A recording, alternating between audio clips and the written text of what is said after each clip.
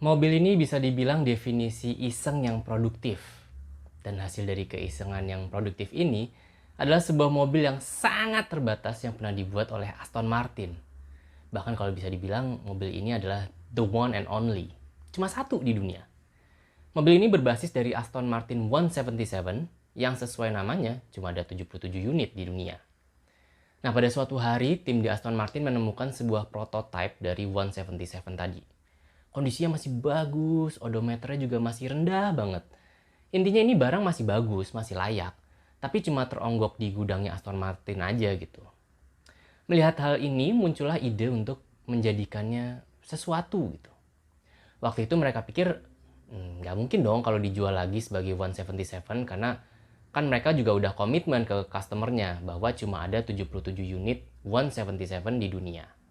Kalau mereka jual lagi as is sebagai another 177, artinya akan ada 78 unit yang beredar dong. Mereka nggak mau itu. Akhirnya mereka mengulik ide buat desain dan engineeringnya. Dan inilah hasilnya. Sebuah Aston Martin bergaya desain retro yang cuma ada satu di dunia. Inilah Aston Martin Victor.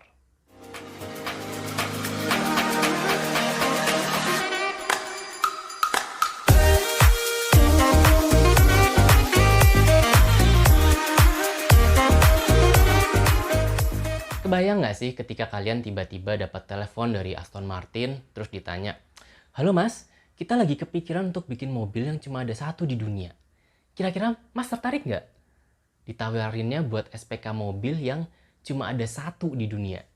Dan mobilnya pun baru mau dibuat, bareng sama ide-ide dan masukan dari kalian. Asik banget kali ya? Makanya bekerja keraslah sampai ada pabrikan mobil yang menelponmu untuk bikin mobil yang cuma ada satu di dunia.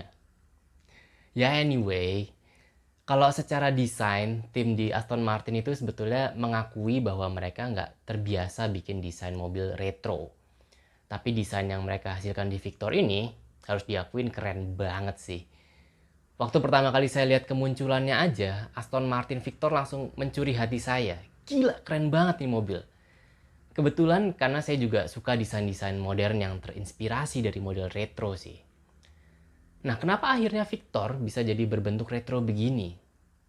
Jadi inspirasi basis desain yang dituangkan ke Victor ini berasal dari Aston Martin Vantage V8 di era 70-an dan 80-an. Selain itu, mereka juga mengkombinasikannya dengan mobil balap Le Mans mereka di akhir era 70-an. Yang mana berbasis dari Aston Martin DBS tahun 70.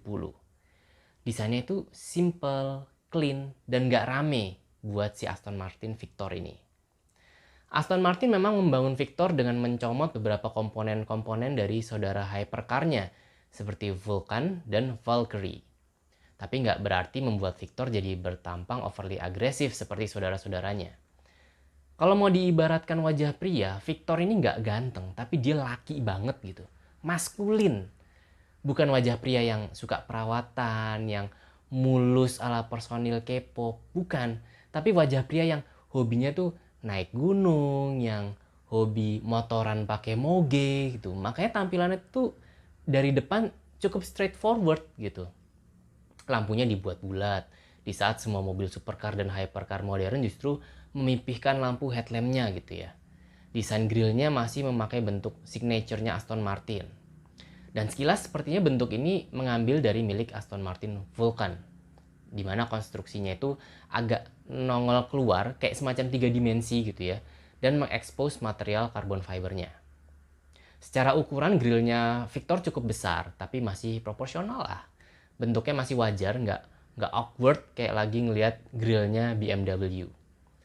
Untuk aerodinamikanya juga nggak neko-neko. Ada front splitter yang cukup besar untuk mengalirkan udara ke kolong mobil. Tapi nggak ada belahan-belahan atau jumlah lubang yang berlebihan di sana-sini. Saya juga suka sama lubang di bagian kap mesinnya. Saya kurang tahu sih ini lubang untuk membuang udara panas atau untuk aerodinamika. Tapi mereka narik garisnya itu bisa proporsional. Yang bikin kap mesinnya yang panjang itu jadi kelihatan nggak terlalu panjang gitu. Kalau dari sisi sampingnya, Aston Martin Victor ini kelihatan sederhana, nggak banyak yang aneh-aneh.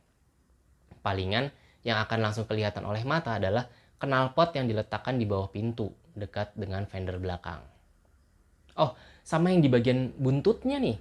Jadi dia ada ducktail yang lumayan jelas kelihatan dan bentuknya itu somehow agak mengingatkan saya dengan Shelby atau Mustang zaman dulu gitu ya.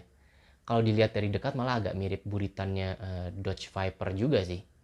Hal ini bisa dimaklumi karena salah satu inspirasi Victor berasal dari V8 Vantage tahun 70-80-an kan.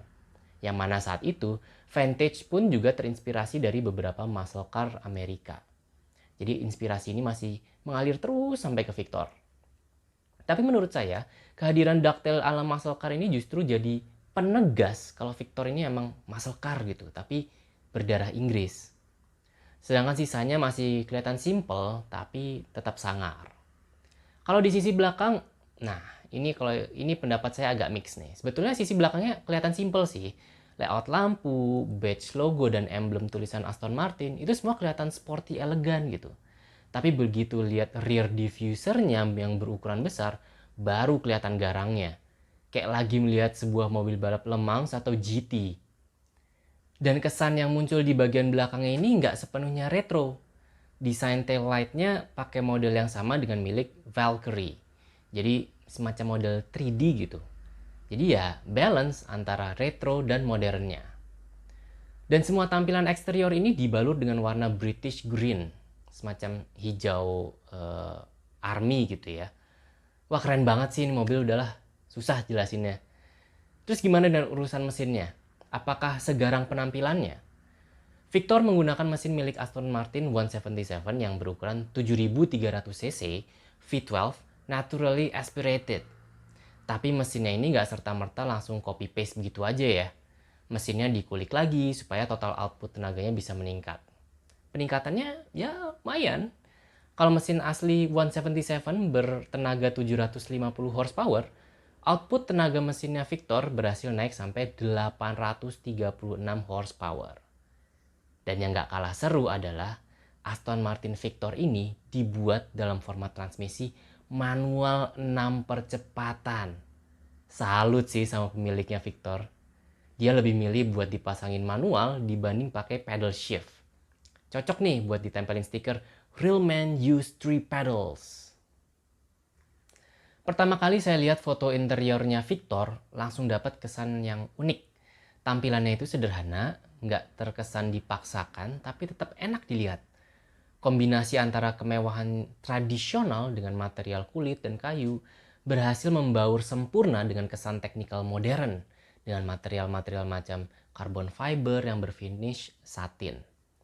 Warna British Green yang ada di luar tadi dibawa masuk sampai ke dalam interiornya. Dan mungkin baru kali ini saya pribadi melihat warna interior yang sehijau ini. Tapi apakah salah? Nggak tuh, ternyata cocok juga gitu. Kasih warna hijau lumut sebagai warna kabin mobil. Warna hijaunya ini dikombinasikan dengan beberapa aksen warna kontras untuk detail-detailnya. Ada warna kulit tan yang digunakan untuk beberapa detail kecil seperti kompartemen penyimpanan dan juga kepala tuas transmisinya yang menggunakan material kayu berwarna tan juga. Selain itu material wajib yang harus ada di mobil eksotis macam ini, satin carbon fiber. Detail-detail expose carbon fibernya banyak terlihat di kabinnya. Mulai dari rumah untuk instrumen displaynya, konsol tengahnya, hingga ke lubang-lubang ventilasi AC, semua mengekspos si material karbonnya. Desain interior kabinnya Victor seakan memang dirancang supaya pemiliknya menikmati dan berinteraksi penuh dengan mobilnya. Makanya interiornya juga nggak banyak gimmicknya gitu. Tapi yang pasti, satu hal yang pasti akan langsung mencuri perhatian kita adalah bentuk setirnya. Victor nggak pakai setir bulat ataupun yang agak mengotak seperti ciri khas Aston Martin lainnya ya. Setirnya itu berbentuk seperti setir milik mobil Formula One. Jadi bentuknya agak mengotak gitu ya, tapi tanpa bagian sisi atasnya. Ya, itulah tadi sekilas fakta tentang Aston Martin Victor, sebuah mobil one of one alias cuma ada satu di dunia, mobil yang udah laku terjual ke seorang entusias asal Belgia. Mobil yang konon harus membuat pria Belgia tersebut merogoh kantong hingga 4 juta pound sterling. Nah, gimana menurut kalian soal Victor? Andai kalian ditawarin untuk dibuatkan mobil one of one dari sebuah pabrikan, kalian akan pilih merek mobil apa? Share di komentar ya. Oke, terima kasih sudah menonton video ini sampai habis. Sampai ketemu lagi di video monolog berikutnya.